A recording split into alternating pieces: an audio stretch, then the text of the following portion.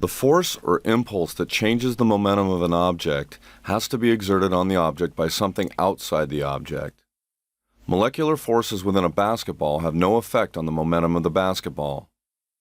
Pushing on the dashboard from inside a car doesn't affect the momentum of a car. These are internal forces. They come in balanced pairs that cancel inside the object. Look at this cannon. The momentum before firing is 0. After firing, the net momentum is still 0 because the momentum of the cannon is equal and opposite to the momentum of the cannonball. The force on the cannonball inside the cannon barrel is equal and opposite to the force causing the cannon to recoil. The action and reaction forces are internal to the system, so they don't change the momentum of the cannon-cannonball system. Before the firing, the momentum is 0. After the firing, the net momentum is still 0. Net momentum isn't gained or lost. Momentum has both direction and magnitude. It's a vector quantity. The cannonball gains momentum, and the recoiling cannon gains momentum in the opposite direction. The cannon-cannonball system gains none. The momenta of the cannon and the cannonball are equal in magnitude and opposite in direction. No net force acts on the system, so there's no net impulse on the system, and there's no net change in the momentum. In every case, the momentum of a system cannot change unless it's acted on by external forces. When a quantity in physics doesn't change, we say it's conserved. The law of conservation of momentum describes the momentum of a system. If a system undergoes changes where all the forces are internal, the net momentum of the system before and after the event is the same. Here's some examples. Atomic nuclei undergoing radioactive decay. Cars colliding. Stars exploding.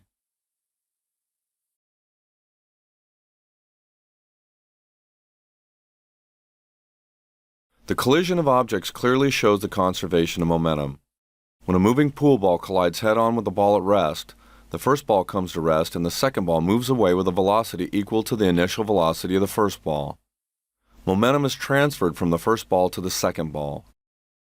When objects collide without being permanently deformed and without generating heat, the collision is called an elastic collision. Colliding objects bounce perfectly in perfect elastic collisions. In picture A, a moving ball strikes a ball at rest. In picture B, two moving balls collide head-on. In C, two balls moving in the same direction collide. A collision in which the colliding objects become distorted and generate heat during the collision is called an inelastic collision. Momentum conservation holds true even in inelastic collisions. Whenever colliding objects become tangled or coupled together, a totally inelastic collision occurs. In an inelastic collision between two freight cars, the momentum of the freight car on the left is shared with the freight car on the right. The freight cars have equal masses m, and one car moves at 4 meters per second toward the other car that's at rest. The net momentum before the collision equals the net momentum after the collision.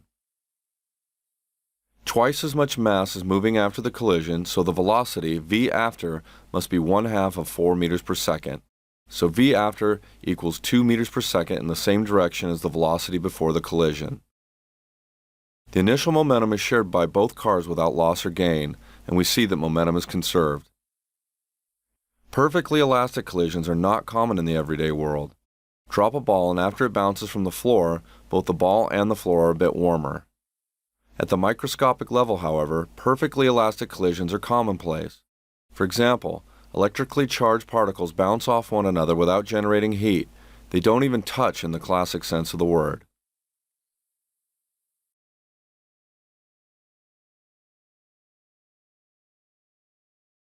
Momentum is conserved even when interacting objects don't move along the same straight line. To analyze momentum in any direction, we use the vector techniques we've learned before. Let's look at momentum conservation involving angles by considering two examples. Momentum is a vector quantity. The momentum of the wreck is equal to the vector sum of the momenta of car A and car B before the collision. The momentum of car A is directed due east, and that of car B is directed due north. After colliding, their combined momentum will be in a northeast direction, with a magnitude that is the length of the resultant of their initial momentum vectors. When the firecracker bursts, the vector sum of the momenta of its fragments add up to the firecracker's momentum just before bursting. The momentum of the fragments combined by vector rules to equal the original momentum of the falling firecracker.